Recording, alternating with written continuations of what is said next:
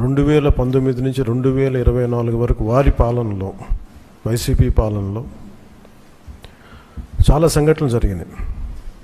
రిలీజియస్గా దాన్ని ఒక sensitive issues జరిగినాయి మాట్లాడటానికి. ఉదాహరణకి రామతీర్థంలో రామచంద్రమూర్తి శ్రీరాముడు, ఈ దేశం కొలిచే శ్రీరామచంద్రుడి విగ్రహాన్ని శిరిచ్ఛేదం చేస్తే ఎవడో ఆకతాయి చేశాడు, ఎవడో పిచ్చోడు చేశాడు.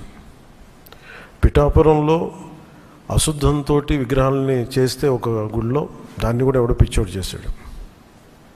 అంటే ఈ కల్తీల నేపథ్యం గురించి మనం ఎవరి గురించి మాట్లాడుకోవాలి, వాళ్ళ గురించి తెలుసుకోవాలి కొంత. అలాగే దుర్గమ్మ వారి ఆలయంలో వెండి విగ్రహాలు మన దొంగతనం జరిగితే ఇవి పోతే ఇంకోటి కొనుక్కుందాం, దీనికేంటి బిల్డింగ్లు మేడలు కడతాం, మిద్దెలు కడతామా. అలాగే అంతర్వేదిలో రథం కాలిపోతే ఎవడో పిచ్చోడు చేశాడు. ఇలాంటి సంఘటనలు నెల్లూరు నుంచి మొత్తం రాష్ట్రం నలుమూలల 219 సంఘటనలు ఇలాంటి జరిగినాయి. డెసెక్రేషన్ ఆఫ్ టెంపుల్స్, దేవాలయాలు కావచ్చు, దేవాలయ పరిసర ప్రాంతాలు, దేవాలయాలు అపవిత్రం చేయటం.